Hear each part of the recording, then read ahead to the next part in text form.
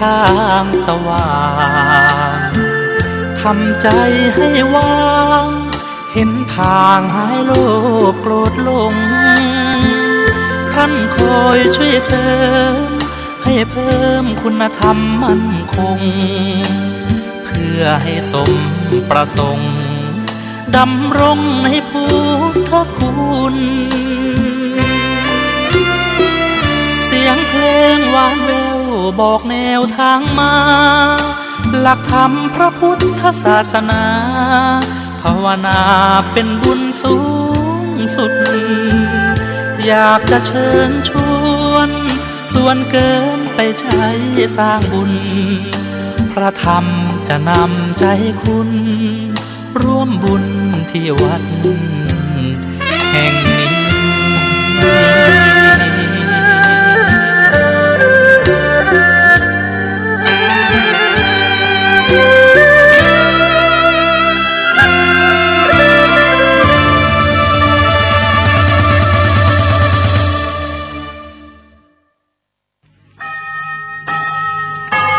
รายการต่อไปเป็นรายการถ่ายทอดสดจากสถานีวิทยุเพื่อการศึกษาพระพุทธศาสนาและวัฒนธรรม FM 104.5 เมกะเฮิรตซ์วัดฝายหินจังหวัดเชียงใหม่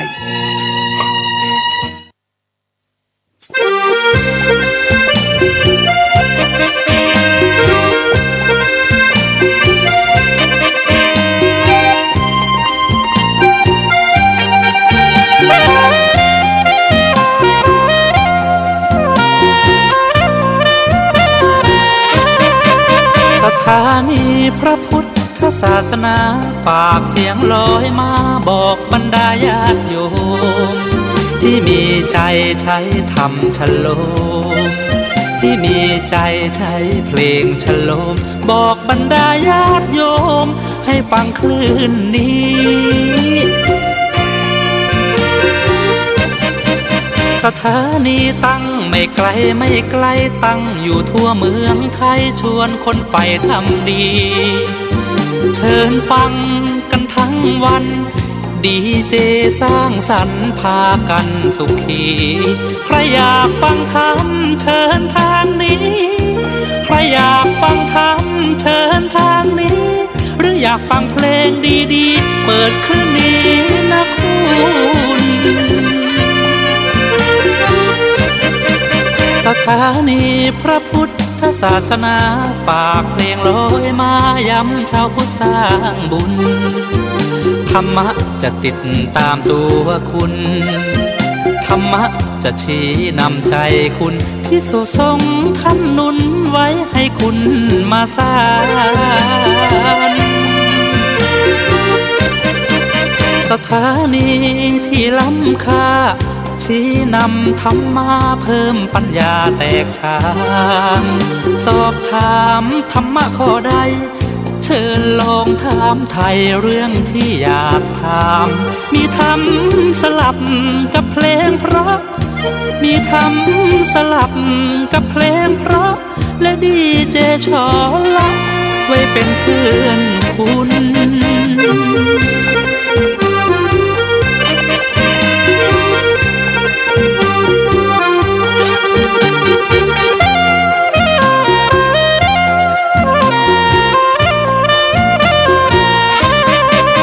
สถานีที่ล้ำค่าชี้นำธรรมะเพิ่มปัญญาแตกฉานสอบถามธรรมะข้อใดเชิญลองถามไทยเรื่องที่อยากถามมีธรรมสลับกับเพลงเพราะมีธรรมสลับ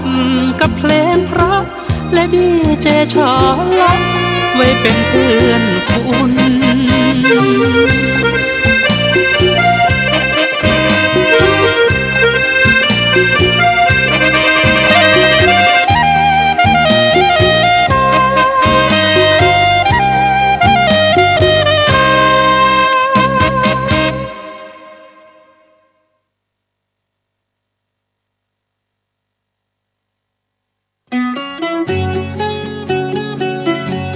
ค ท่านสามารถรับฟังและชมทั้งภาพและเสียงสถานีวิทยุเพื่อการศึกษาพระพุทธศาสนาและวัฒนธรรม FM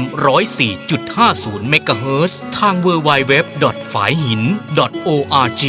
www.lifebox.me/faihin และ www.youtube.com พิมพ์คำว่าวัดฝายหินโทรศัพท์053-810-406และ053-810-232หรือส่งข้อความมาที่ SMS 4649333มือถือทุกระบบหรือดาวน์โหลดแอปพลิเคชันพิมพ์คำว่าสมาพันธ์สื่อวิทยุพระพุทธศาสนาอาเซียนแล้วกดที่วัดฝายหินอำเภอเมืองจังหวัดเชียงใหม่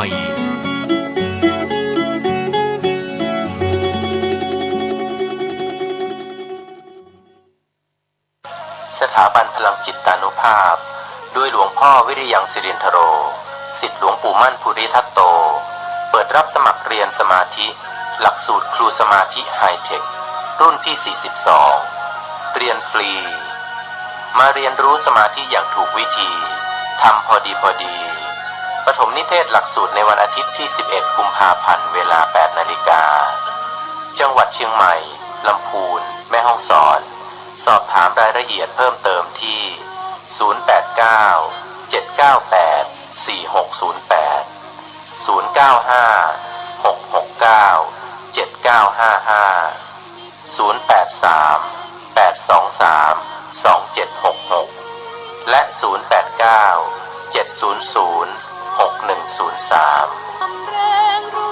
ใกล้ถึงเทศกาลสอบบรรจุครูผู้ช่วยแล้วคณะศึกษาศาสตร์มหาวิทยาลัยเชียงใหม่จับมือกับทีมงานปราชญ์ข้าราชการครูจัดติวสอบบรรจุครูผู้ช่วยในวันที่ 18 กุมภาพันธ์ 2561 นี้ค่าสมัครเพียง 300 บาทฟรีอาหารว่างและเอกสารสมัครวันนี้รับโปรโมชั่นพิเศษไปเลยมา5จ่าย4สนใจโทร 093-194-9609 หรือติดตามรายละเอียดผ่านทาง Facebook Fanpage ติวสอบครูผู้ช่วยบายปราชญ์ข้าราชการครูค่ะ รายการต่อไปเป็นรายการถ่ายทอดสดจากสถานีวิทยุเพื่อการศึกษาพระพุทธศาสนาและวัฒนธรรม FM 104.5 เมกะเฮิรตซ์วัดฝายหินจังหวัดเชียงใหม่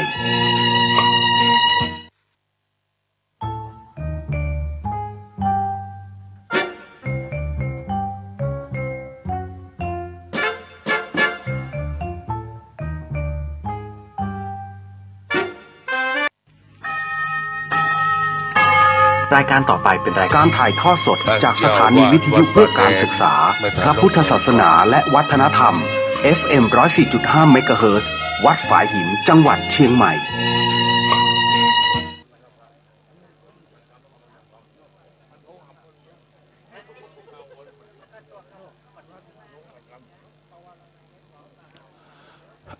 ไหว้สานะครับเนอะ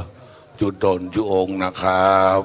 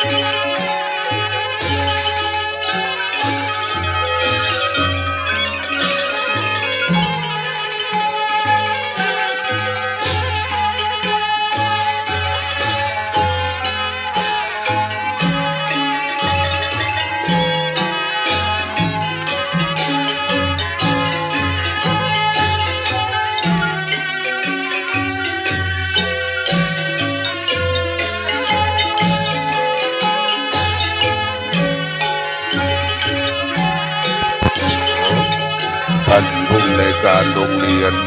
เชตุพลศึกษา ท่านเจ้าวาดวัดสีโขงตำบลวัดเกตได้เมตตาจุดเทียนเครื่องทองน้อย เพราะท่านอาจารย์ครูบาพระมหาทองสุขเป็นศิษย์รุ่นแรกเมื่อ 2527 ชั้นม .6 นะครับ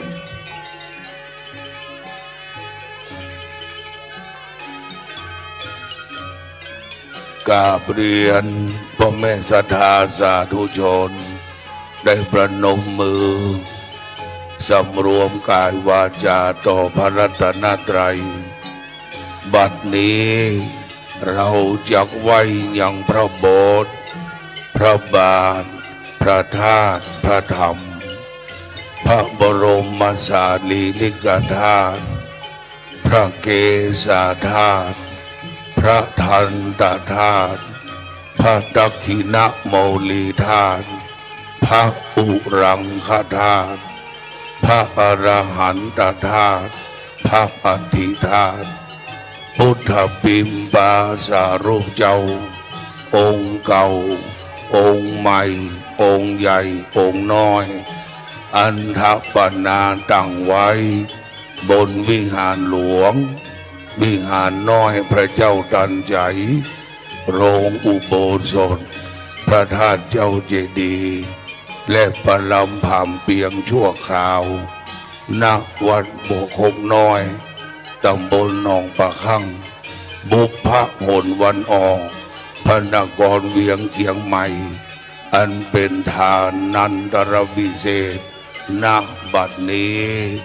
กราบหนึ่งกราบสองกราบสามได้ก้าวกำปูจาไฟไหวพระตามแบบเบ้าโบราณล้านนาเจียงใหม่โบกคกน้อย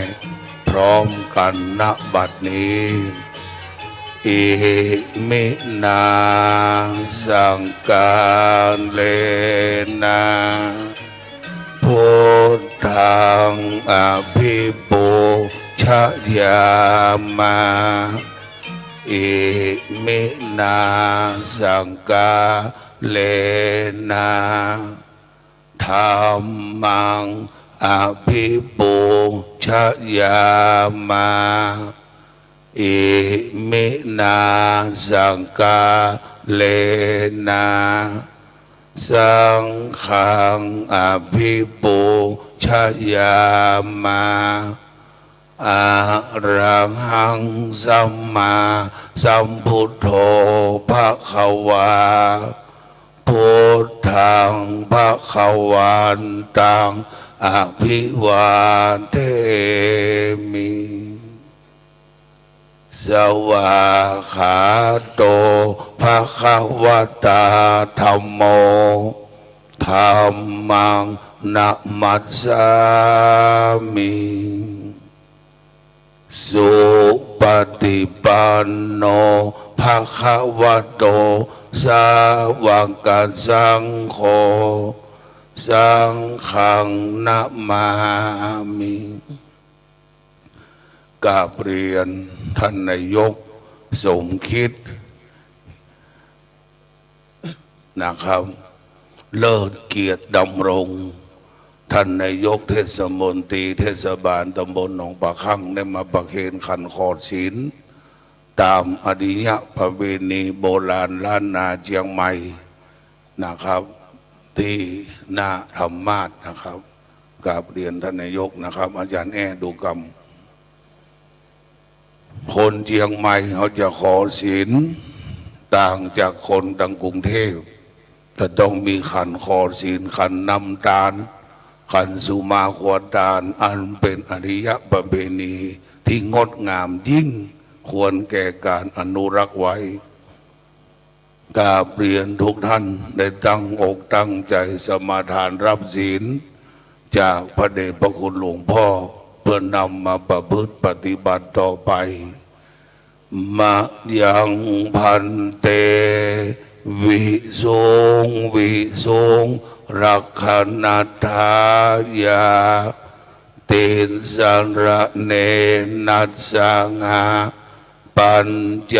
ศีลานิยาจามาทุติยัมปิมะยังพันเตวิสงวิสงรักขณทายาเตสันระเนนัสสังหาปัญจศีลานิยาจามาตติยัมปิมะยังพันเตวิสงวิสงรักขณทายาเตสันระเน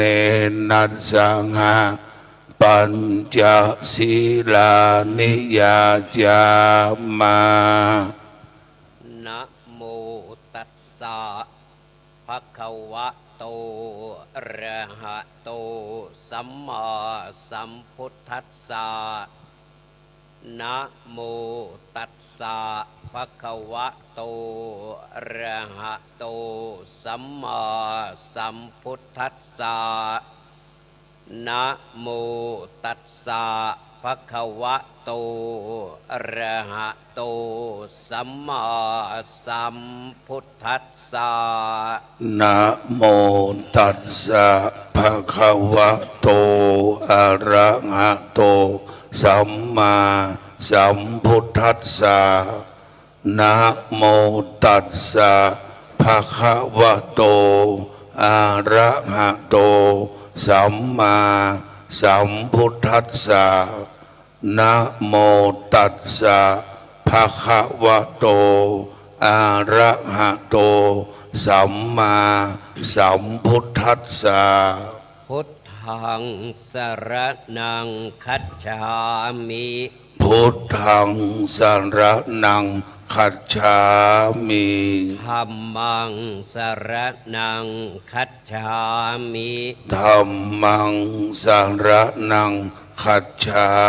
มิสังฆังสรณังคัจฉา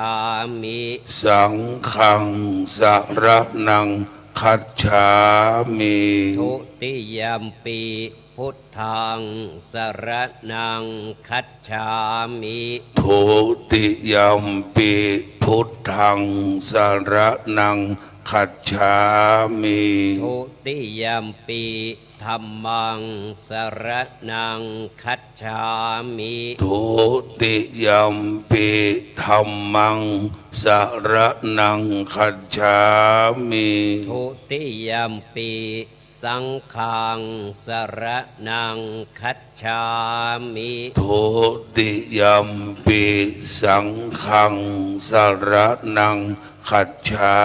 มิตติยัมปิพุทธังสรณังคัจฉามิต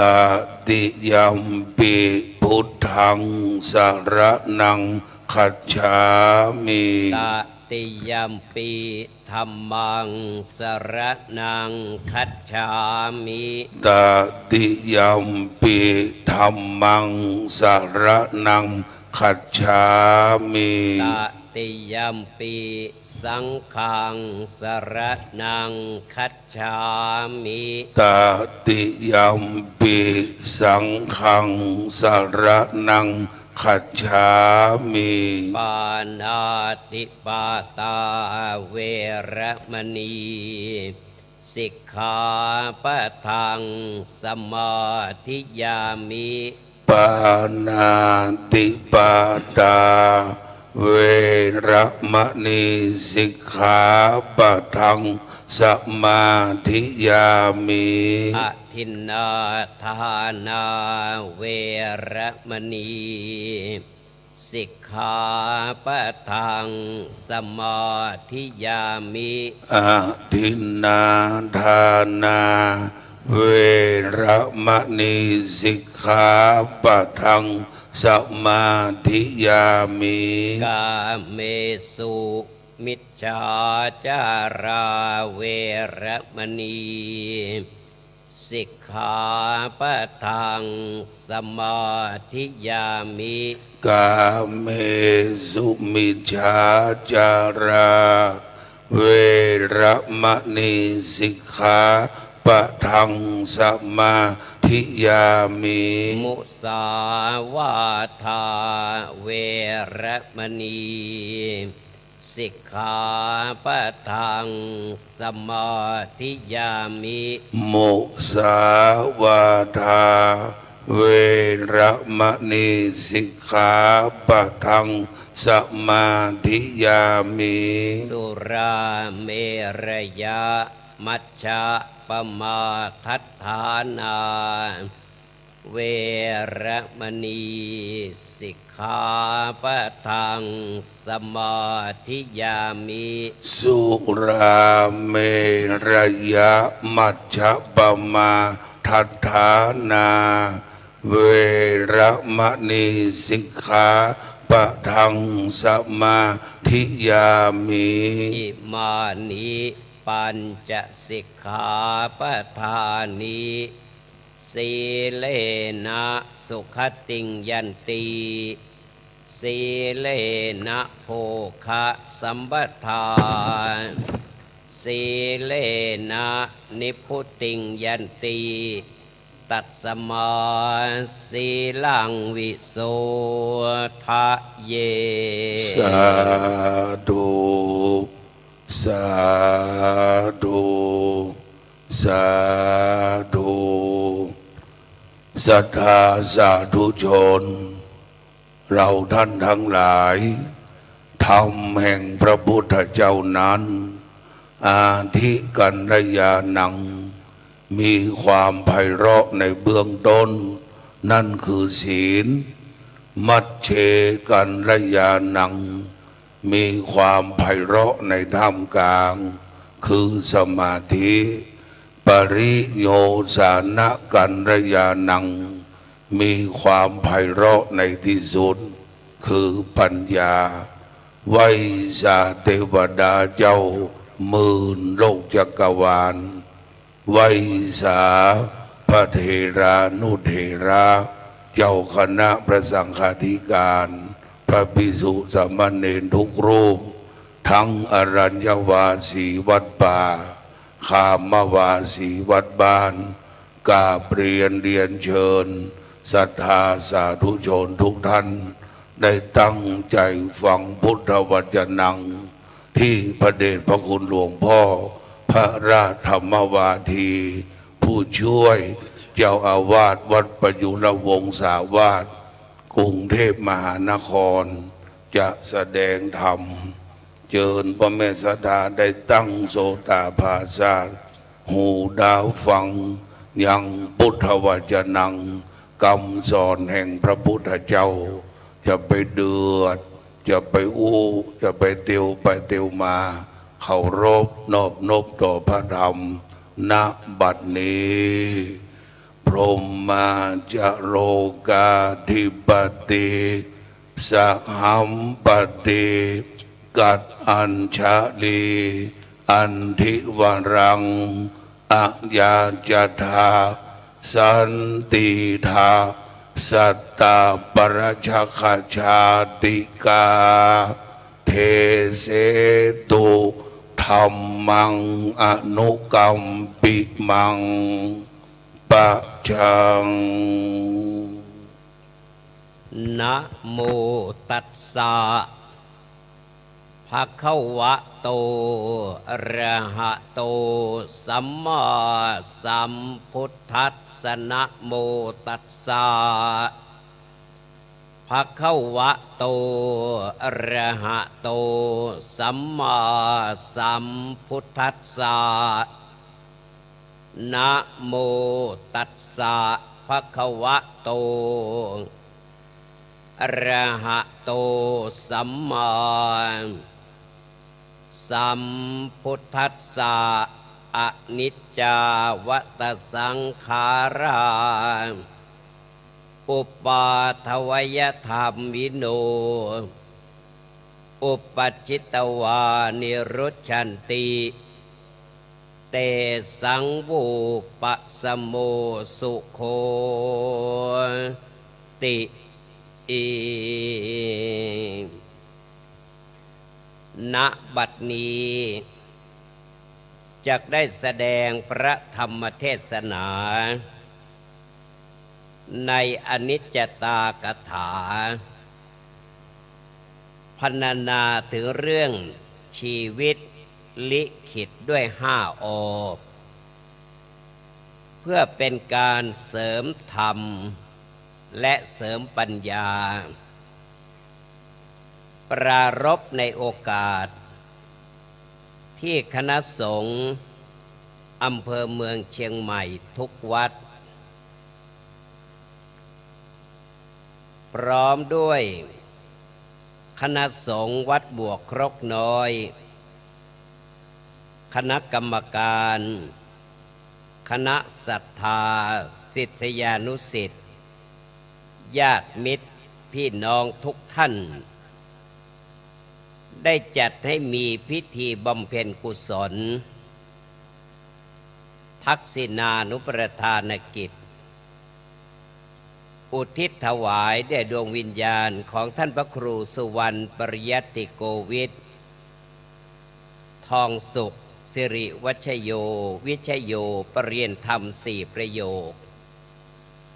อดีตผู้รักษาการเจ้าคณะตำบลท่าศาลา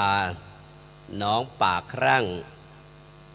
และอดีตเจ้าวาดวัดบวกครกน้อยซึ่งท่านได้ถึงแก่มรณภาพไปแล้วภายหลังแต่ได้อยู่ชมโลก เป็นเวลา54 ปีดำรงมั่นอยู่ในสมณเพศ เป็นเวลานาน31 พรรษานับแต่วาระที่ท่านพระครูสุวรรณปริยัติโกวิทได้ถึงแก่มรณภาพท่านทั้งหลายได้เสียสละทั้งกำลังกายกำลังใจกำลังทรัพย์บำเพ็ญบุญกุศลอุทิศถวายเป็นลำดับเรื่อยมาจนกระทั่งถึงวาระนี้ ได้รับพระมหากรุณาธิคุณพระราชทานเพลิงศพทุกท่านทั้งฝ่ายบรรพชิตและฝ่ายคฤหัสถ์ในฝ่ายบรรพชิตนั้นมีพระเดชพระคุณพระเทพปริยัติเจ้าคณะจังหวัดเชียงใหม่เป็นประธานฝ่ายบรรพชิตมีท่านสมคิดเลิศเกียรติดำรงท่านนายกเทศมนตรีตำบลหนองป่าครั่งเป็นประธานฝ่ายคฤหัสถ์ได้จัดให้มีพิธีบำเพ็ญกุศลพระราชทานเพลิงศพซึ่งจะมาถึงในวันรุ่งพรุ่งนี้ก่อนแต่ที่จะถึงเวลาสำคัญนั้นท่านทั้งหลายได้จัดให้มีพิธีบำเพ็ญบุญกุศลอันบริบูรณ์ด้วยทานามัยศีลมัยและภาวนามัยอุทิศถวายเป็นลำดับเรื่อยมากุศลกัลยาณกรรมเมตตาธรรมน้ำใจไมตรีและความกตัญญูกตเวทีที่ทุกท่านได้ร่วมกันบำเพ็ญให้เป็นไปแม้นเมื่อดวงวิญญาณของท่านพระครูผู้ถึงแก่มรณภาพสามารถยังทราบด้วยญาณวิถีคือความรู้ทางหนึ่งทางใดท่านก็จะต้องปราบปลื้มปีติยินดีอนุโมทนากราบขอบพระเดชพระคุณขอบพระคุณขอบคุณขอบใจและอำนวยอวยพรทุกท่านเป็นอันมาก ที่ถึงแม้ว่าท่านจะพลัดพรากจากไปไม่มีโอกาสที่จะได้กลับมาสนองประโยชน์ให้ใครๆได้อีก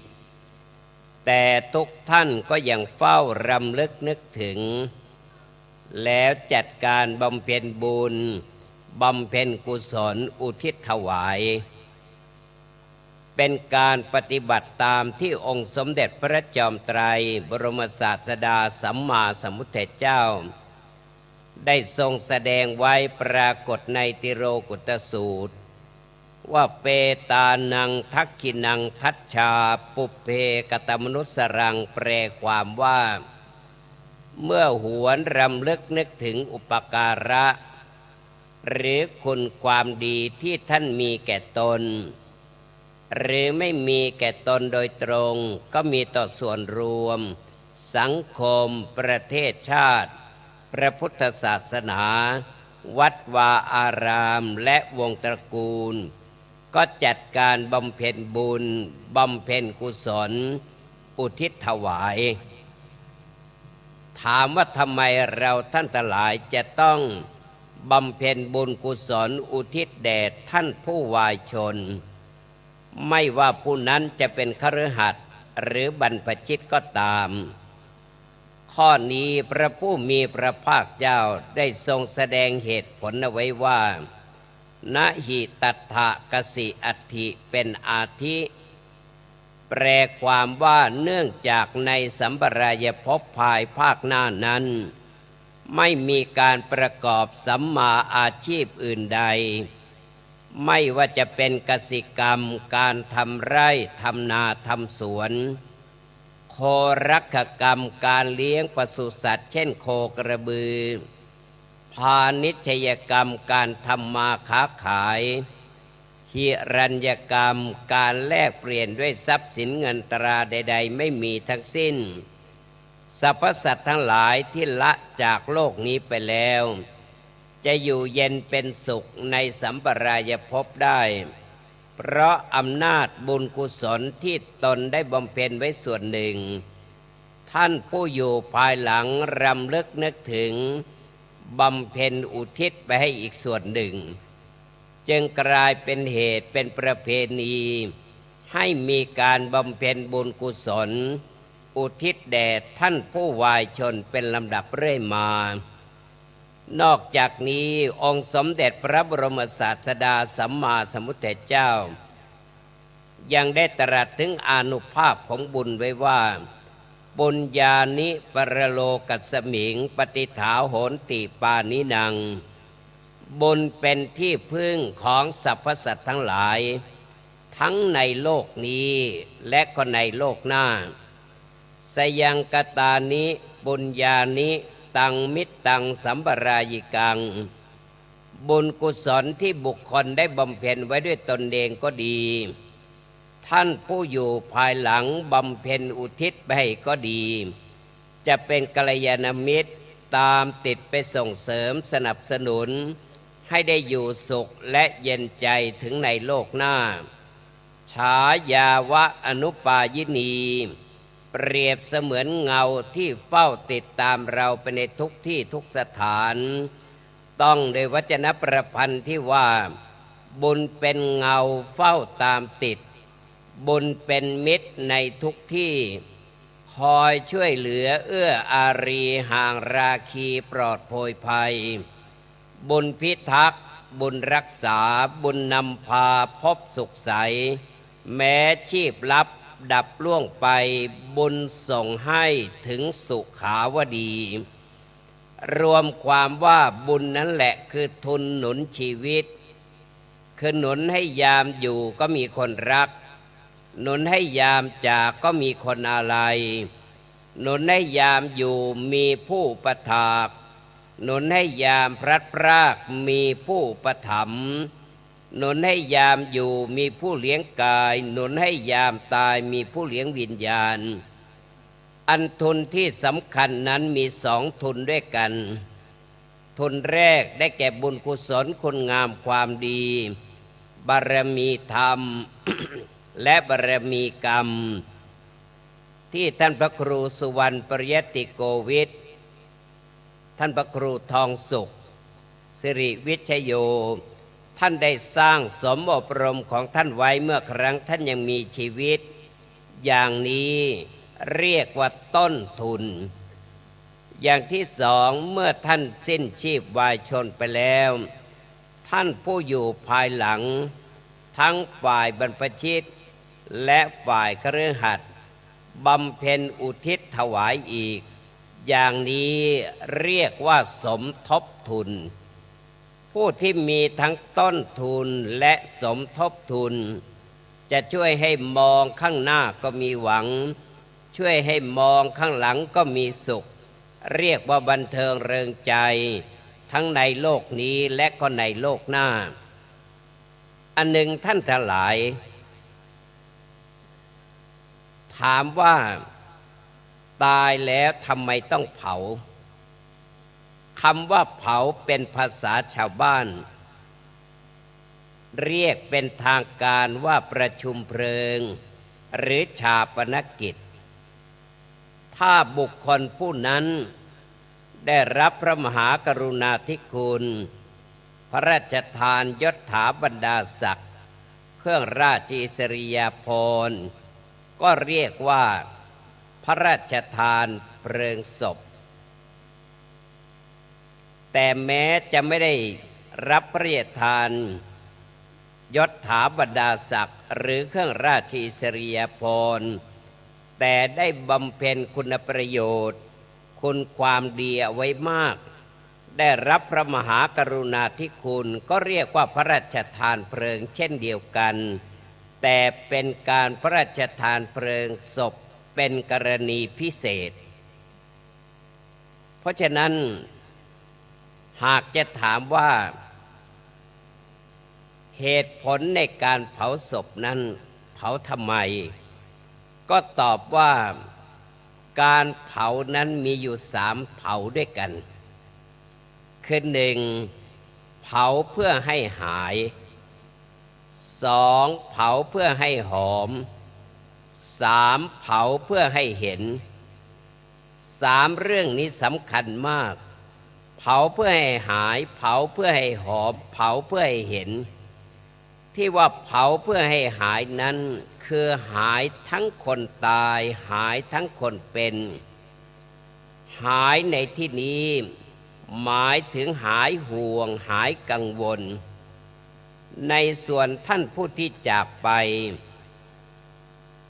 ก็หายห่วงหายกังวลว่าบัดนี้สรีระซากศพของตนได้รับการจัดการเป็นที่เรียบร้อยแล้วจะไปผุดไปเกิดเป็นณที่ใดก็ไม่ต้องห่วงไม่ต้องกังวลในส่วนของท่านผู้ที่เป็นอยู่เมื่อได้ทำหน้าที่พระราชทานเพลิงศพเรียบร้อยแล้วก็หายห่วงหายกังวลว่าต่อไปนี้จะทำอะไรก็ทำได้สะดวกจะไปไหนก็ไปได้สะดวกไม่ต้องห่วงหน้าพะวงหลังคณะสงฆ์จะแต่งตั้งให้มีผู้บริหารวัดบริหารพระศาสนาก็สามารถกระทำได้นี่เรียกว่าเผาเพื่อให้หายคือหายห่วงหายกังวลด้วยกันทั้งสองฝ่ายประการที่2เผาเพื่อให้หอมคำว่าหอมในที่นี้หมายถึงหอมเกียรติยศเกียรติคุณหอมความดีหอมความเดิมหอมความดังที่ท่านพระครูสุวรรณปริยติโกวิทท่านได้สร้างสมอบรมหรือได้บำเพ็ญให้เป็นไปทำให้เกียรติคุณปรากฏเกียรติยศลือชาบางท่านบางคนบางรูปเวลาที่มีชีวิตอยู่แม้จะได้บำเพ็ญคุณประโยชน์คุณความดีไว้มากแต่ผู้คนก็ไม่ทราบต่อเมื่อล้มหายตายจากในวันพระราชทานเพลิงศพในวันประชุมเพลิงศพในวันชาปนกิจศพ เจ้าหน้าที่พิธีกรได้นำเกียรติประวัติเกียรติคุณมาอ่านให้ที่ประชุมได้รับทราบก็จะชื่นชมอนุโมทนาแท้ซองสรรเสริญในเกียรติยศในเกียรติคุณในความดีในบารมีที่ได้บำเพ็ญมา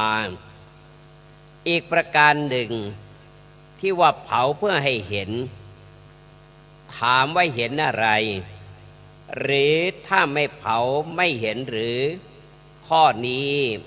เห็นเหมือนกันแต่ไม่ชัดเจนและถึงเห็นก็เห็นไม่มากต่อเมื่อวันเผานั่นแหละ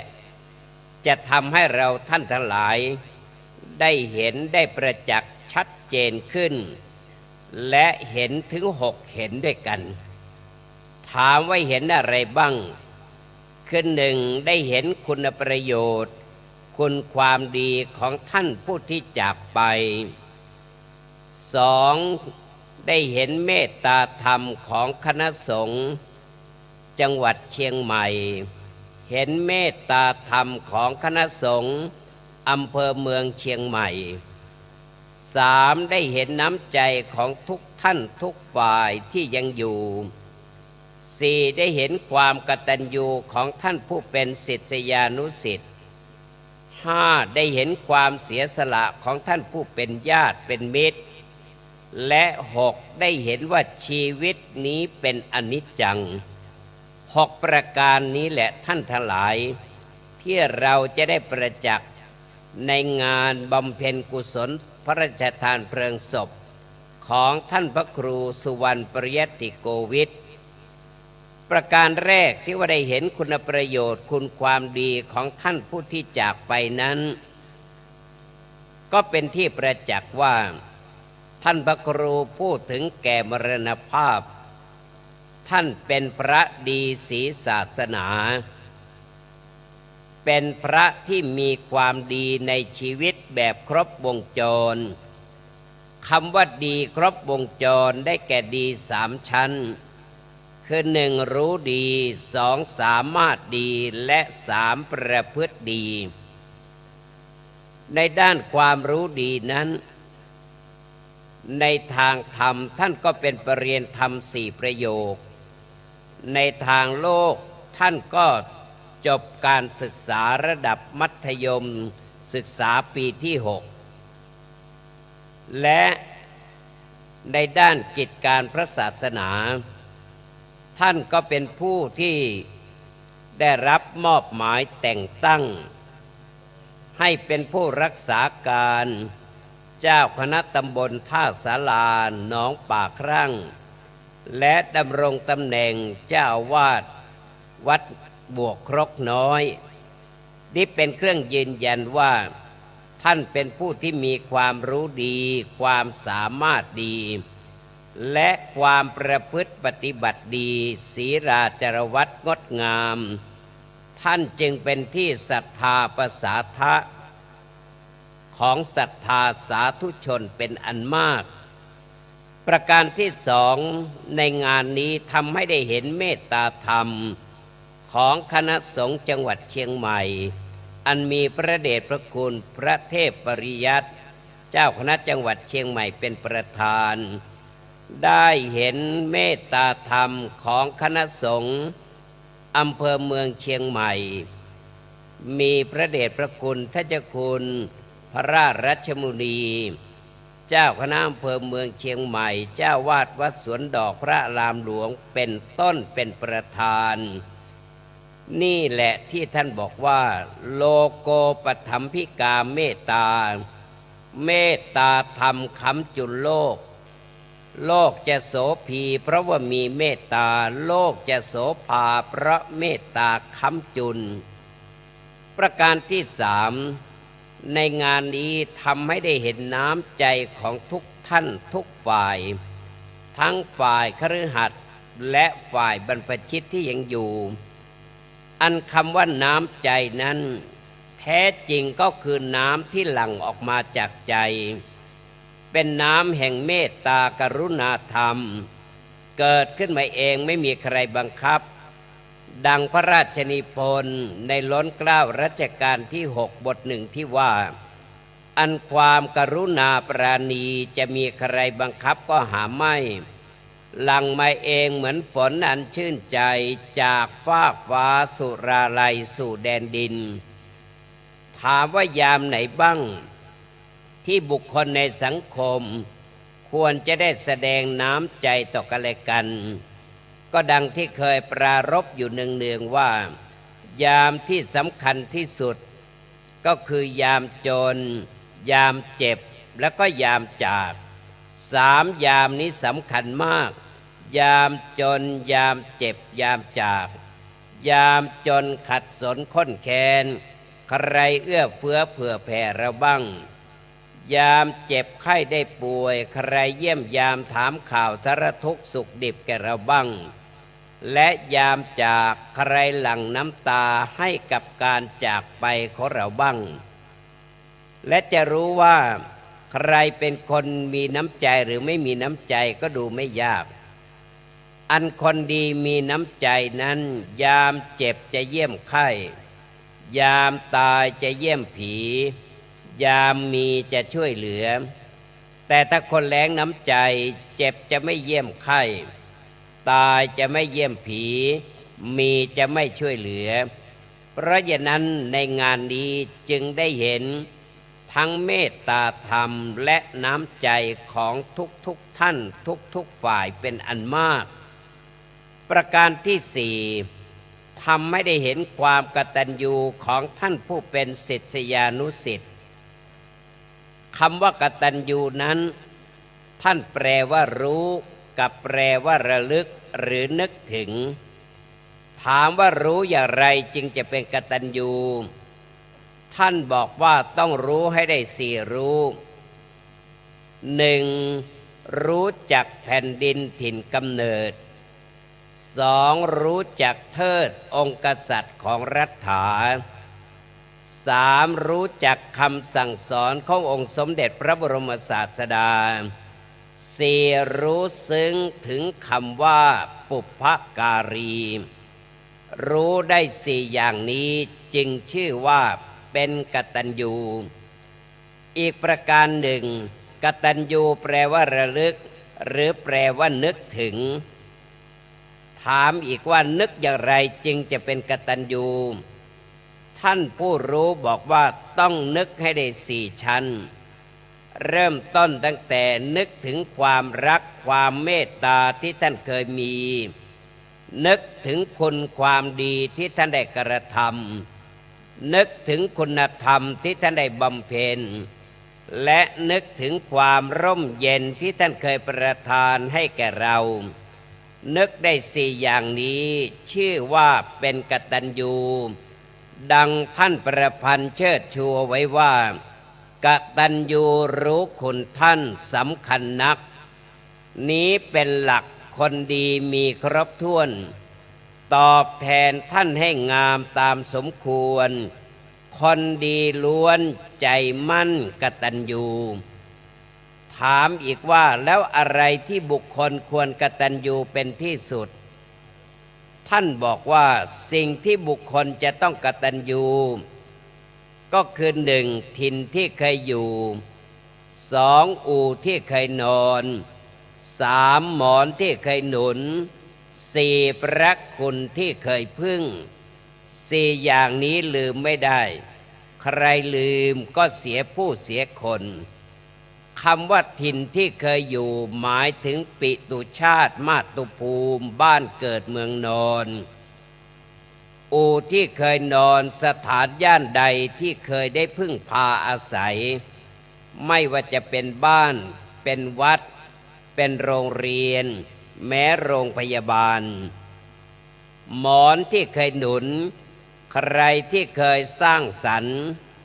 สั่งสอนส่งเสริมส่งเสียจนกระทั่งเรามีโอกาสได้ส่องแสงอันนี้ก็ลืมไม่ได้สุดท้ายพระคุณที่เคยพึ่งทุกคนที่เกิดมาเมื่อยังพึ่งตนเองไม่ได้ก็จำต้องพึ่งผู้อื่นด้วยกันทั้งนั้น เช่นลูกก็ต้องพึ่งพ่อพึ่งแม่ศิษย์ก็ต้องพึ่งครูอุปชฌาย์อาจารย์หลานก็ต้องพึ่งปู่ย่าตายายผู้น้อยก็ต้องพึ่งผู้ใหญ่ผู้ใต้บังคับบัญชาก็ต้องพึ่งผู้บังคับบัญชาอย่างนี้เป็นต้นเมื่อได้พึ่งแล้ววิสัยคนดีต้องมีธาตุกตัญญูมีเชื้อกตเวทีอยู่ในจริตอัธยาศัยจะต้องยกย่องเชิดชูบูชาคารวะไม่ลบหลู่ไม่ดูหมิ่นผู้ใดเคยเอื้อเฟื้อและเกื้อหนุนจงแทนคุณจนกว่าจะอาสันแม้นไม่มีสิ่งใดจะให้ปันก็จงหมั่นสรรเสริญเจริญคุณพระผู้มีพระภาคเจ้าได้ตรัสเรื่องนี้ไว้ว่ายัสสะรุกขัสสะฉายายะนิสีไทยะสยายวาณตัสสะสาขังพันชัยยะมิตตทุพโพหิปาปโกแปลความว่าบุคคลได้พึ่งพาอาศัยร่มไม้ชายคาใดไม่ควรไปหักก้านรานกิ่งเพราะผู้ประพฤติเช่นนั้นชื่อว่าเป็นผู้ประทุษร้ายมิตรเป็นคนบาปหรือเป็นคนชั่วโดยแท้ท่านสุนทรผู้บรมครูกวีได้นิพนธ์เอาไว้ว่าทรลักษณ์อกตัญญูตาเขาเทพเจ้าก็จะแช่งทุกแห่งหนให้ทุกร้อนงอนงอทรพลประเวทมนต์เสื่อมคลายทำลายยศคือไม่มีทางเจริญรุ่งเรืองก้าวหน้าในชีวิตในกิจการงานประการต่อมาท่านทั้งหลายในงานนี้ได้เห็นความเสียสละของผู้เป็นญาติเป็นมิตรเป็นศิษยานุศิษย์ต่างร่วมด้วยช่วยกันผู้ที่คิดได้ช่วยกันคิดคิดไม่ได้ช่วยกันทำไม่ได้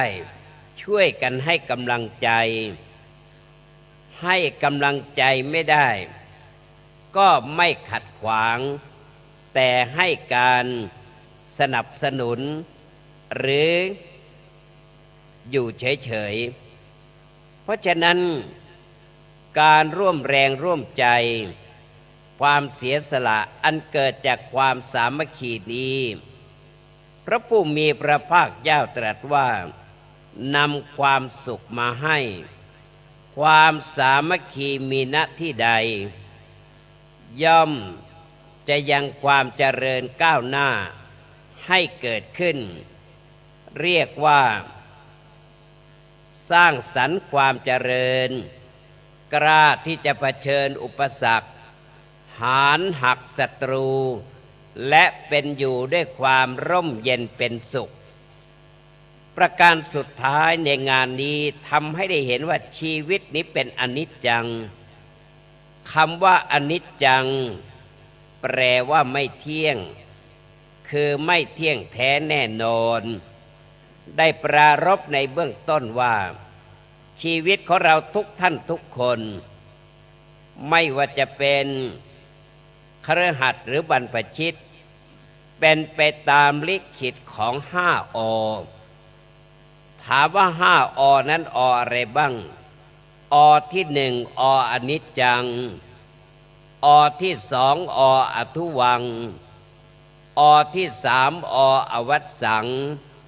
อที่4ออนิมิตตังและอที่5ออนัตตาอนิจจังไม่เที่ยงอทุวังไม่ยั่งยืนอวัสสังไม่เป็นอื่นอนิมิตตังไม่มีเครื่องหมายอนัตตาแปลว่าไม่เป็นแก่นสารและไม่เป็นไปตามอำนาจที่เราจะบังคับบัญชาได้เช่นเมื่อเกิดมาแล้วจะไปวิงวอนขอร้องว่าอย่าแก่นะอย่าเจ็บนะอย่าตายนะเป็นอันว่าหมดหวังเพราะฉะนั้น เวลาที่พระท่านบังสุกุลก็เป็นการบอกกล่าวหรือสอนให้เราท่านทั้งหลายเข้าใจความเป็นไปของชีวิตว่าทุกชีวิตมีอุบัติขึ้นในเบื้องต้นดำรงอยู่ในท่ามกลางแล้วก็แตกสลายไปในที่สุดเกิดขึ้นตั้งอยู่แล้วก็ดับไปธรรมดายวดยานพาหนะที่เราท่านทั้งหลายได้พึ่งพาอาศัยไปยังจุดหมายปลายทางไม่ว่าจะเป็นพาหนะทางบกทางน้ำทางอากาศเขาจะมีสถานีอยู่3สถานีคือสถานีต้นทางสถานีรายทางและสถานีสุดท้ายปลายทางแต่นั่นเป็นเรื่องของยวดยานพาหนะแต่ชีวิตของคนเรามีสถานีเช่นเดียวกันเรียกว่าสถานีชีวิตมีอยู่4สถานีคือสถานีเกิดสถานีแก่สถานีเจ็บแล้วก็สถานีตายเกิดแก่เจ็บตายนี่คือสถานีชีวิตเกิดเป็นสถานีต้นทางแก่และเจ็บเป็นสถานีรายทางตายเป็นสถานีสุดท้ายปลายทางท่านพระครูสุวรรณปริยติโกวิทท่านออกเดินทางตั้งแต่สถานีต้นทางคือสถานีเกิดมาถึงสถานีสุดท้ายปลายทางใช้เวลา54 ปีเมื่อถึงสถานีสุดท้ายแล้วท่านจึงอำลาเราท่านทั้งหลายไปและเป็นการไปอย่างชนิดที่เรียกว่าไปก็ไม่กลับหลับก็ไม่ตื่นเหลือไว้แต่อนุสาวรีย์แห่งชีวิตคือคุณความดีที่ท่านได้สร้างสมอบรมไว้เป็นอนุสรณ์ให้เราท่านทั้งหลายรำลึกนึกถึงพระผู้มีพระภาคเจ้าได้ตรัสรับรองเอาไว้ว่ารูปังชิรติมัจจานังนามะโคตังนะชิรติ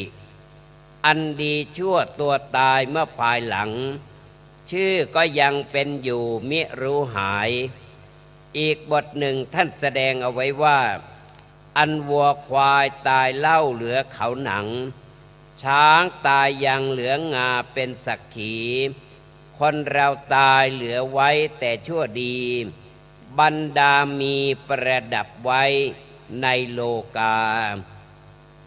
แม้สรีระสังขารจะแตกดับย่อยยับไปนั่นเป็นกฎของธรรมชาติและเป็นกฎของธรรมดาว่าสิ่งใดสิ่งหนึ่งมีการเกิดขึ้นเป็นธรรมดาสิ่งนั้นย่อมมีการดับไปเป็นธรรมดาอนิจจาวัฏสังขารา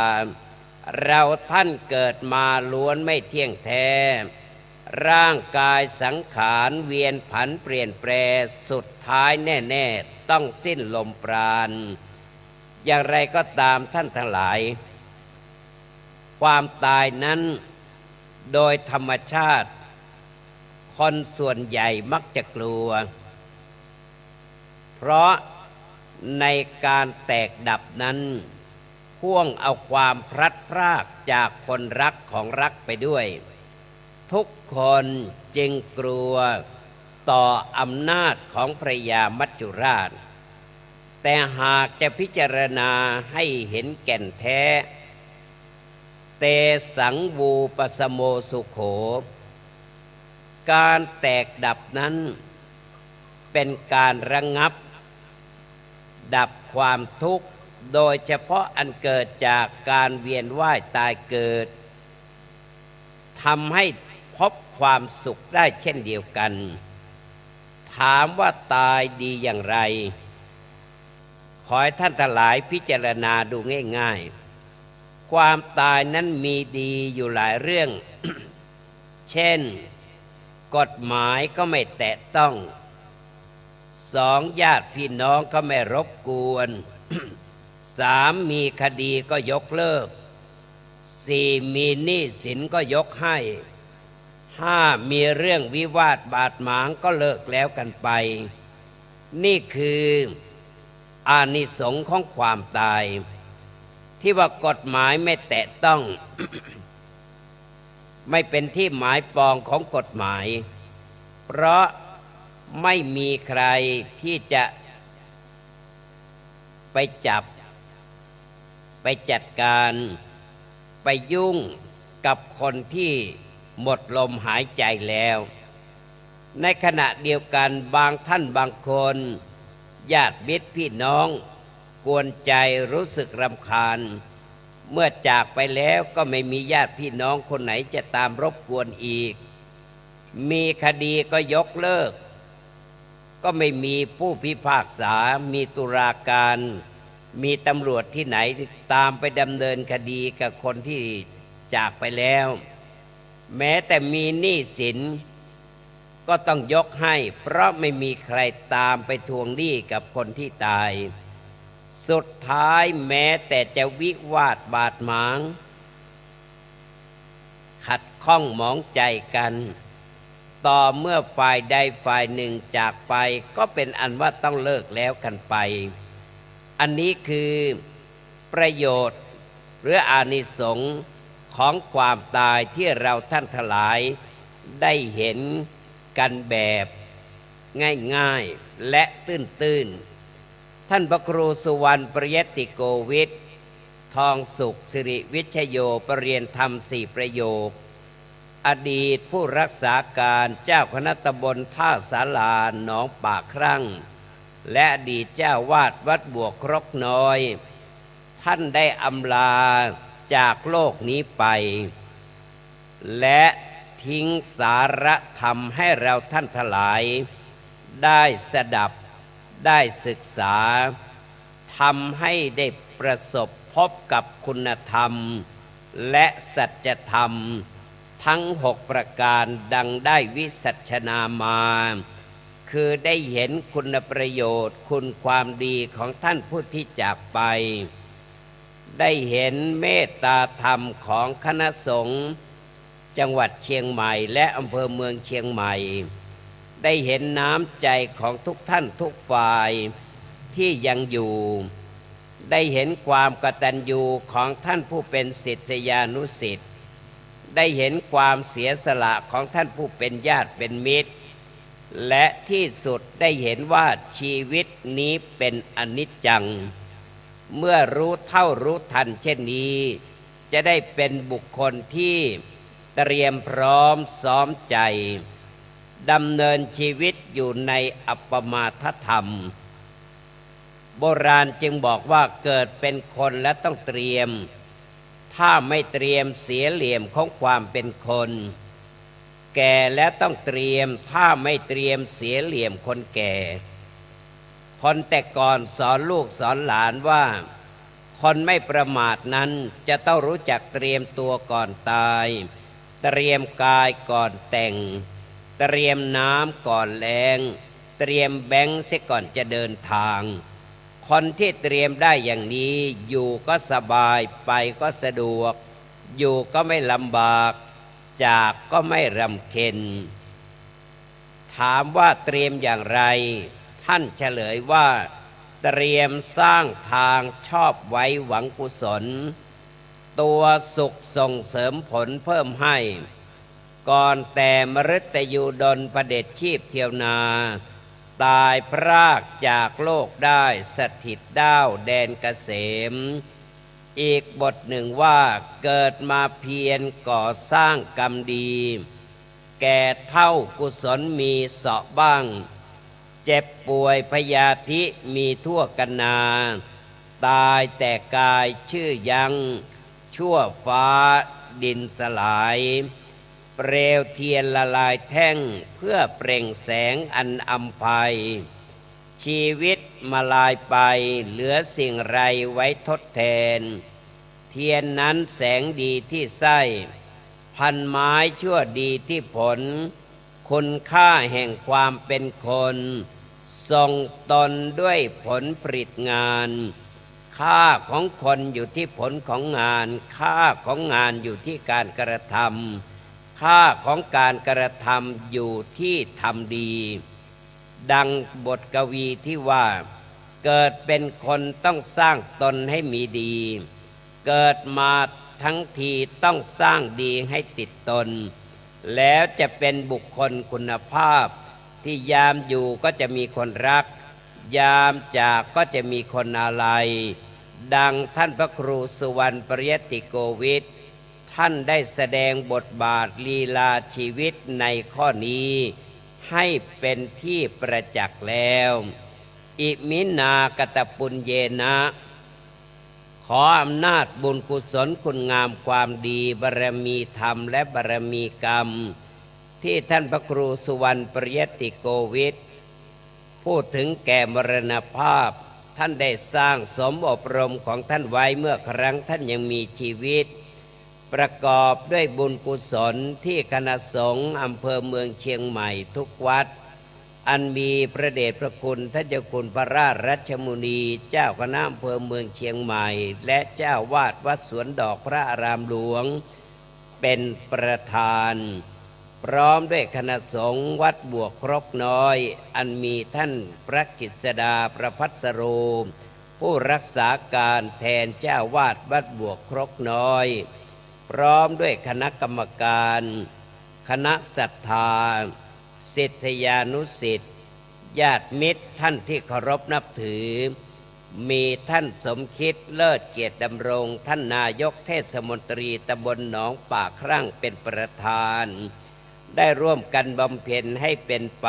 แล้วตั้งกัลยาณจิตอุทิศถวายขออานุภาพแห่งบุญกุศลนั้นบริบูรณ์ด้วยทานามัยศีลมัยและภาวนามัยนี้จงเป็นตบะเดชะพระวะปัจจัยส่งเสริมสนับสนุนให้ดวงวิญญาณของท่านจงได้ประสบแต่ทิพยสุขทิพยสมบัติในสัมปรายภพให้สมดังเจตนาปรารภของคณะท่านเจ้าภาพจงทุกประการเมื่อดวงวิญญาณของท่านได้รับทราบข่าวสารการกุศลนี้แล้วขอจงได้รับและอนุโมทนาให้สำเร็จเป็นปัตตานุโมทนาใหม่พร้อมทั้งเสวยสุขอยู่ในสุคติโลกสวรรค์นั้นหากดวงวิญญาณของท่านยังมิได้รับทราบก็ขอเทพยเจ้าเหล่าเทพยดาผู้มีตาทิพย์หูทิพย์ทั้งหลายจงได้นำข่าวสารการกุศลนี้ไปแจ้งแก่ดวงวิญญาณของท่านด้วยอันหนึ่งด้วยบุญกุศลคุณงามความดีความเสียสละความสามัคคีความกตัญญูกตเวทีและความมีน้ำใจที่เจ้าภาพทุกคนสาธุชนทุกท่านได้ร่วมกันบำเพ็ญให้เป็นไปตั้งแต่ต้นจนถึงปัจจุบันสมัยและจะได้บำเพ็ญต่อไปขอจงเป็นปฏิพรย้อนสนองให้ทุกท่านณสมาคมนี้จงประสบแต่สิริสวัสดิ์พิพัฒนมงคลสมบูรณ์พูนผลด้วยสิ่งอันพึงปรารถนาจงทุกประการรับประทานวิสัชนาพระธรรมเทศนามาโดยประสงค์ก็ขอสมมติยุติลงคงไว้แต่เพียงเท่านี้เอวังก็มีด้วยประการฉนี้สาธุสาธุสาธุพระเดชพระคุณหลวงพ่อได้เมตตาแสดงธรรมได้ทางอ่านได้ทางรถเป็นที่เรียบร้อยเจ้าหน้าที่อาจารย์ดูจตุปัจจัยทยธรรมให้เรียบร้อยข้าเจ้าไวสาบารมีธรรมพระเดชพระคุณหลวงพ่อท่านพระครูปริยัตยานุศาสตร์ด็อกเตอร์รองเจ้าคณะอำเภอเมืองเชียงใหม่วัดฝายหินในมหาวิทยาลัยเชียงใหม่ตัวแทนคณะสงฆ์ และเจ้าภาพทั้งหมดทั้งมวลได้เข้าประเคนจตุปัจจัยทายธรรมกันเทศแด่พระเดชพระคุณหลวงพ่อณบัดนี้ไว้สานะครับ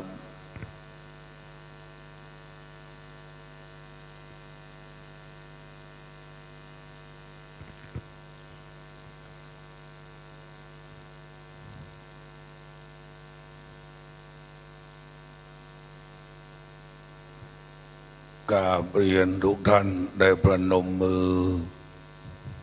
มีส่วนร่วมทำบุญกับคณะสงฆ์อำเภอเมืองเชียงใหม่ด้วยนะครับ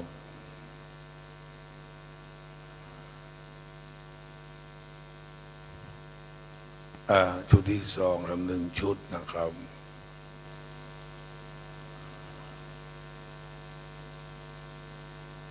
ดังจากนั้นตั้งอกตั้งใจรับพร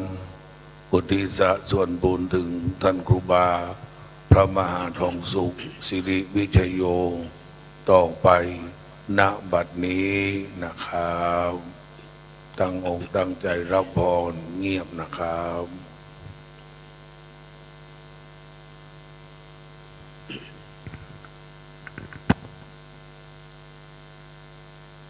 ยะถาวาริวหาปุราปริปุเรนติสาครังเอวเมวะอิโตทินังเปตานังอุปกัปปติอิจิตังปฏิตังตุมหังขิปะเมวะสมิจฉตุสัพเพปุเรนตุสังกปาจันโทปนรโสยะถามณิโชติระโสยะถาสัพพิติโยวิวัชชันตุสัพพโรโควินัสสตุมาเตภวัตตวันตรายโยสุขีที่คายุโกภวะอภิวาทนาสีลิสานิจจังบุทธาปจายโนจัตตารโอธรรมาวัฏันติอายุวันโนสุขังภะลังสาธุสาธุสาธุช่วยกันจัดเก็บเทียนชนวนยังไม่จุดดับไปก่อนส่งหลวงพ่อกลับกรุงเทพก่อนพอหลวงพ่อจะต้องขึ้นเครื่องในคืนนี้พวกเราชาวเชียงใหม่ประนมมือได้ส่งพระเดชพระคุณหลวงพ่อจะได้กลับวัดประยุรวงศาวาสกรุงเทพมหานครขอให้พระเดชคุณหลวงพ่อได้เดินทางกลับอย่างวัดด้วยความสวัสดิภาพปลอดภัยบุญบารมีคุ้มครองให้พระเดชพระคุณหลวงพ่อที่เมตตาต่อคณะสงฆ์อำเภอเมืองเชียงใหม่พวกเราชาวเชียงใหม่นะครับเป็นอย่างดีนะครับพระคุณหลวงพ่อไหว้สาพระเจ้าประสงค์ได้ยืนขึ้นสามีจิกรรมทรงพระเดชคุณหลวงพ่อตามธรรมเนียมด้วยนะครับรถก็ถอยมารับพระเดชคุณหลวงพ่อแล้วนะครับพวกเราอยู่ในการสงบพนมมือส่งท่านด้วยคนงามความดีในนามของคณะสงฆ์อำเภอเมืองเชียงใหม่ตั้ง100 กว่าวัดได้มาเป็นเจ้าภาพพระเดชคุณหลวงพ่อก็ได้เมตตามาแสดงธรรมเป็นที่เรียบร้อยพวกเราจะนำไปประพฤติปฏิบัติต่อไปนะครับครับจะมอบทุนกันนะครับนอกหลวงพ่อจะคณะสงฆ์อำเภอเมืองเชียงใหม่ร่วมทำบุญบำเพ็ญการกุศลส่งท่านพระครูสุวรรณปริยัติโกวิทครูบาพระมหาทองสุขสิริวิชโยปริยนธรรม4 ประโยคอดีตรักษาการเจ้าคณะตำบลตาสาราหนองประคั่งอดีตเจ้าวาดพระบกโคกน้อย จำนวนเงิน 68,000 บาทสาธุท่านเจ้าคณะอำเภอจะได้มอบไว้สาท่านพระอาจารย์เจษฎาประภัสโรตุลุงรักษาการรับมอบด้วยและเดชคุณหลวงพ่อก็จะไปส่งหลวงพ่อใหญ่ตัวนะครับพระแม่ศรัทธาก็อยู่ในการสงบเนาะอาจจะได้กินม่วนตาลม่วนกันต่อไป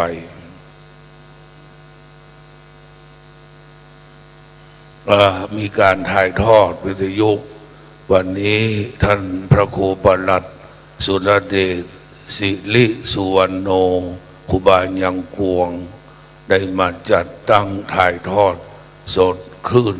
96 เมกะเฮิรตซ์พระบรมธาตุเจ้าโดยสุเทพดังทะลุทะลวงไปทั่วเชียงใหม่เชียงรายลำพูนลำปางนะครับทางบ้านก็ได้รับทราบรับฟังโดยแต่เบิ่งก็โทรมาที่ครูอ้วนในกี่รายสายแล้วว่าชัดเจนแจ่มใสนะครับ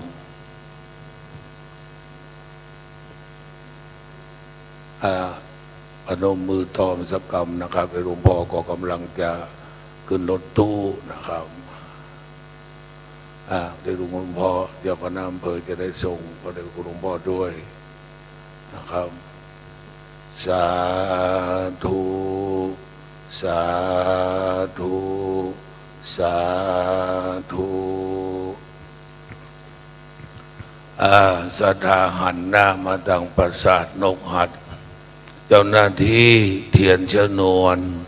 จุดเทียนชนวนตั้งมั่นข้าเจ้าไว้สาบารมีธรรมพระเดชพระคุณหลวงพ่อท่านพระครูประภัสธรรมรังสีครูบาเจ้าจันทรังสีเจ้าคณะตำบลศรีภูมิเขต 3ครูบาวัดกุเต้าเวียงเชียงใหม่ในนามคณะสงฆ์อำเภอเมืองเชียงใหม่ได้เมตตาขึ้นจุดธูปเทียนบูชาพระอภิธรรมหลังจากนั้นพระคุณเจ้าจตุรวรรค4 ลูกสำนักวัดพระสิงห์วรมหาวิหารหรือวัดพระสิงห์หลวงก็จะได้สวดพระอภิธรรมตามแบบเบาโบราณล้านนาเชียงใหม่บ้านเฮาเมืองเฮากราบเรียนท่านประนมมือเคารพนอบนบต่อพระธรรมณบัดนี้เจ้า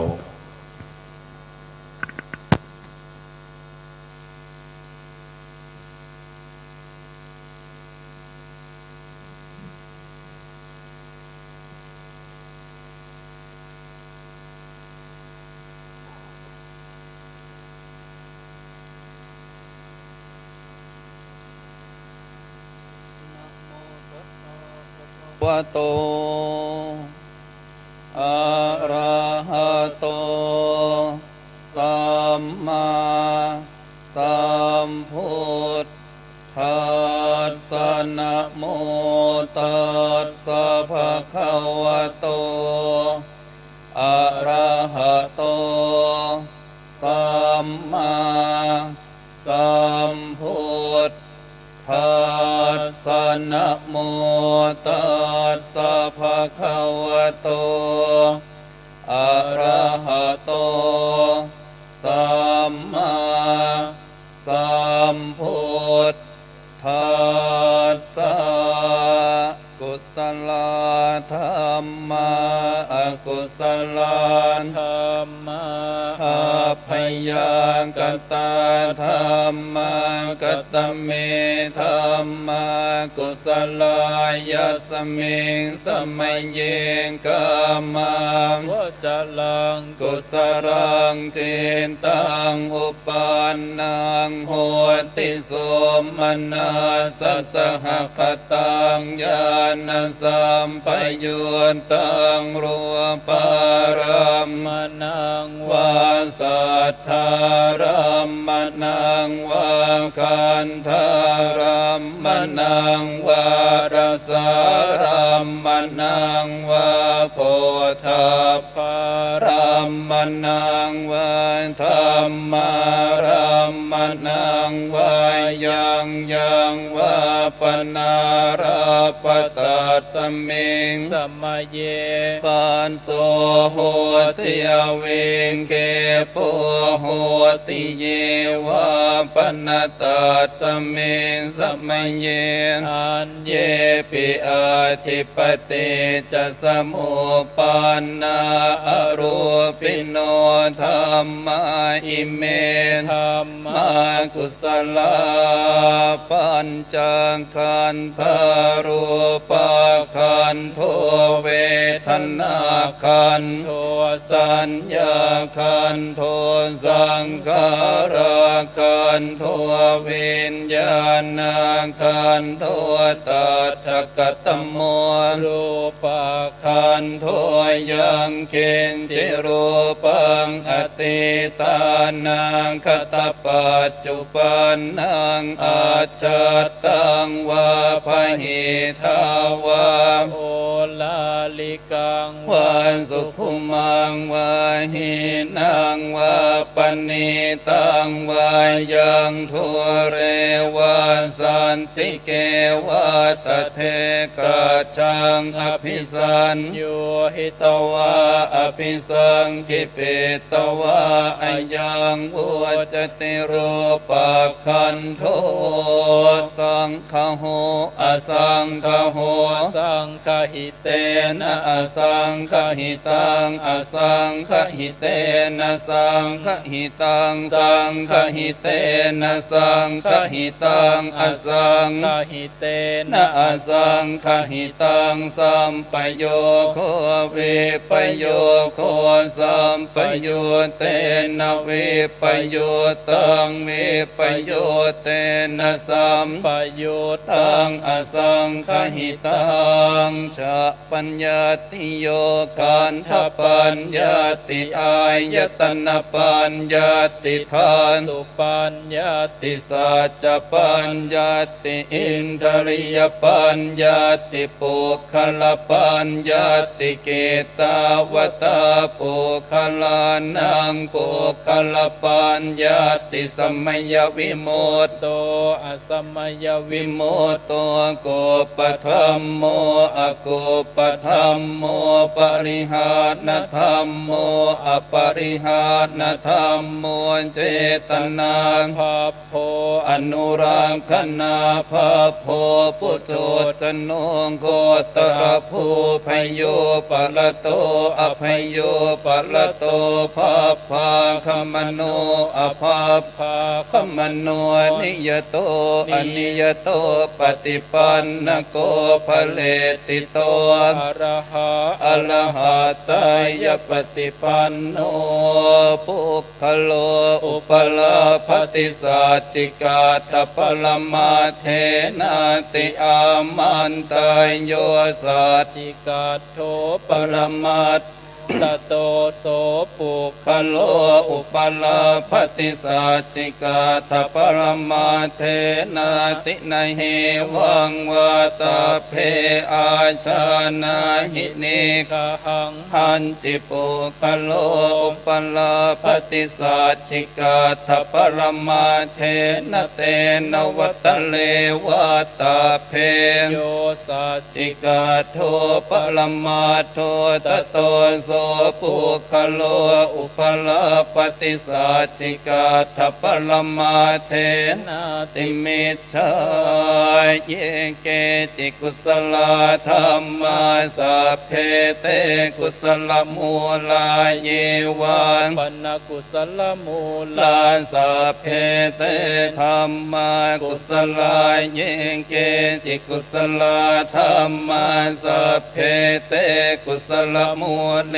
นะเอกมูลาเยวาปนกุสลมูเลนะเอกมูลาสัพเพ เตธรรมกุศลาเหตุปัจจโยอารามณปัจจโยอธิปติปัจจโยอนันตรปัจจโยสัมมนันตรปัจจโยสหชาตปัจจโยอัญญมัญญปัจจโยนิสยปัจจโยอุปนิสยปัจจโยปุเรชาตปัจจโยปัจจาชาตปัจจโยอาเสวนปัจจโยกัมมปัจจโยวิปากปัจจโยอาหารปัจจโยอินทริยปัจชานะปัจจโยมัคคปัจจโยสัมปโยตปัจจโยเวปโยตปัจจโยอาทิปัจจโยนาทิปัจจโยวิคตปัจจโยอวิคตปัจจโยเจ้าหน้าที่ครีบุษายงให้เรียบร้อยเจ้าหน้าที่ผ้าไตรบังสุกุลจัดตั้งไว้ถึงหน้าพระคุณเจ้าจตุรวรรคสี่ลูกข้าเจ้าไวสาตัวแทนคณะสงฆ์อำเภอเมืองเชียงใหม่สี่ลูกได้ขึ้นตอดผ้าไตรบังสุกุลดังรายชื่อต่อไปนี้หนึ่งท่านพระครูพิสิทธิ์ศรีลาภรณ์เจ้าคณะตำบลป่าแดดวัดวังสิงคำท่านพระครูพัฒนาธิมุตเจ้าคณะตำบลจังการวัดอุปคุตท่านพระครูปีชานิภากรเจ้าคณะตำบลฟ้าห้ามวัดฟ้าห้ามและสี่ท่านพระครูรัตนสุตสุนทรเจ้าคณะตำบลวัดเกณฑ์วัดสันปะคอยสี่รูปไวสาณบัดนี้เจ้า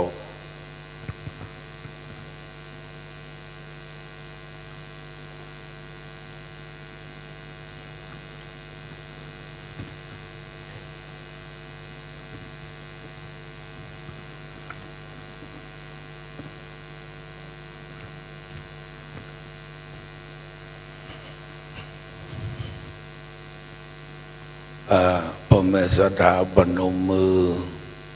เคารพต่อพระกาสาวพัสบรรนับตุก็คือนับผ้าเหลืองการบรรนับเฟืองก็คือนับฝนเข้าการบรรนับตุนับเจ้าก็คือนับศีลธรรมกรรมฐานดังนี้เป็นต้นนะครับพนมมือต่อพระคุณเจ้าจะพิจารณาณบัดนี้เจ้าอนิจจวัตสังขาราอุปาทวยธรรมิโนอุปาชิตวานิรุชันติเตสังอุปสมโมสุโขเจ้าหน้าที่พระพุทธโยคเขาที่เทวมารูปแรกนี่คือเจ้าคณะตำบลวัดเกศ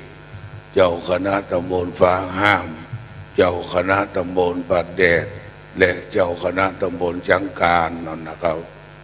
มุสธาจำทุกเจ้าดีๆสมณะนันจะทัศนังเอตมังคารมุตตมังการได้หันหน้าดูหน้าพระนี่เป็นอุดมมงคลอย่างดียิ่งเจ้าหน้าที่ตั้งขวดกินขวดทานให้เรียบร้อยจะประเคนกันพระพุทธคือการพระเจ้าถวายพระคุณเจ้าและมอบปฏิการะดังนี้ไวสาท่านพระครูอดุลศิลกิจมหาบัณฑิตปิญญาโทเจ้าคณะตำบลไหยาวัดท่าคำประเคนกันพระพุทธที่ตรงหมู่บูชาหลวงบนคำมาประเคนสี่ลูกดังนี้ท่านพระครูศรีธรรมคุณรองเจ้าคณะตำบลป่าแดดวัดป่าเป้านอกท่านพระครูผาสุขสุภการ รองเจ้าคณะตำบลช้างเผือกป่าดันวัดเมืองลังท่านพระครูสันติเจติยากรรองเจ้าคณะตำบลวัดเกตการามและพระวิทยวัฒน์วิระศิปะเมธีหรือตุเจ้าคัดรองเจ้าวาดวัดวังกวางอำเภอวังจีนจังหวัดแพร่ศาลาแปลงปราสาทหลังเนี้ย300,000 ปลายนะครับโดยผู้ออกเงินคือว่าที่ร้อยตรีดร.สราวุธเมืองอินหรืออาจารย์หลุยมามอบปฏิการะคือควรเชิญอาจารย์หลุยดร.นะครับ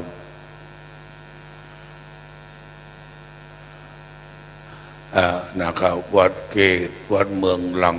วัดป่าเป้านอกและตุเจ้าวังจีนนะครับ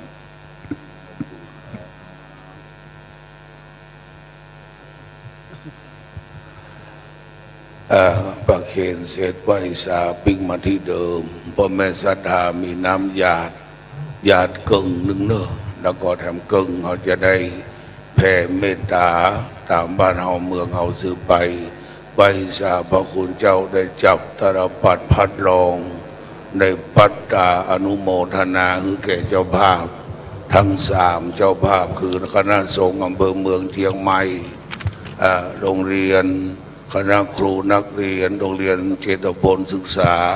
และอาจารย์วิทยวัฒน์ตุเจ้าแป่งปราสาทนกหัด3เจ้าภาพณบัดนี้เจ้ายะถาวาริวหาปุระปริปุเรนติสาคารังเอวะเมวะอิโตทินังเปตานังอุปกัปปติอิจิตังปฏิตังตุมหังคิปะเมวะสมิจจตุสัพเพปุเรนตุสังกปาจันโทปนะระโสยะถามณิโชติระโสยะถาวิวัชชันตุสัพพะโลกโควินาศตุมาเตภวัตวันตรายโยสุขีทีขายุโกภวสัพพิติโยวิวัชชันตุสัพพะโลกโควินาศตุมาเตภวัตวันตรายโยสุขีทีขายุโกภวสัพพิติโยวิวัชชันตุสัพพะโลกโควินาศตุมาเตภวัตวันตรายโยสุขีทีขายุโกภวะอภิวาทนันสิริสนิจังวุฒาปัจจายโนจัตตารโอธรรมาวัฏันติอายุวันโนสุขังภาลังอัฏฐาสิเมอากาสิเมยติเมตาสังฆาจะเมเปตานังทังกินังทัจจานปุเพกตมโนสรังนาหิโรนังวาโสโกวายวันยาปริเทวนานันตังเปตานมาทายะเอวังติทันติยาตโยอัญญัญจักโคทักขินาทินาสังฆมหิสุปฏิทิตาทิงคาราตังหิตายาสันทานันโส อุปังกาปฏิโส ยติธรรม โมจะอายังนิทานสิโตเปตานปุชาจักกตาอุลาลาม พลัน จะเพ่งโคนมโนปเทนนางตุมเหหิปุญญังปสุตัง อนาป ปการติภวตุสัพพมังคารังราคันตุสัพพเทวตา สัพ พระพุทธานุภาเวนัสธาโสทีภวัน ตุเต ภวตุสัพพมังคารังราคันตุสัพพเทวตาสัพพธรรมานุ นุภาเว เวนัสธาโสทีภวันตุเตภวตุสัพพมังคารัง รัก คันตุสัพพเทวตาสัพพสังฆานุ ภาเวนัสธาโสทีภวันตุเต สาธุสาธุสาธุโบราณล้านนาเจียงใหม่เอามันครบองค์สามเอาได้ฮือทานรักษาศีลเจริญจิตภาวนาไหว้สาพระเจ้าประสงค์องค์สมณเณรทุกรูปกราบเรียนพระแม่ศรัทธามือขวาซ้อนมือซ้ายลำงับหับปากถวายเป็นพระราชกุศลด้วย และกินทานถึงท่านอาจารย์ครูบาพระมหารองสุขผู้ละสังขารธรรมไป ประพฤติปฏิบัติพร้อมกับคณะสงฆ์ณบัดนี้เงียบนะครับ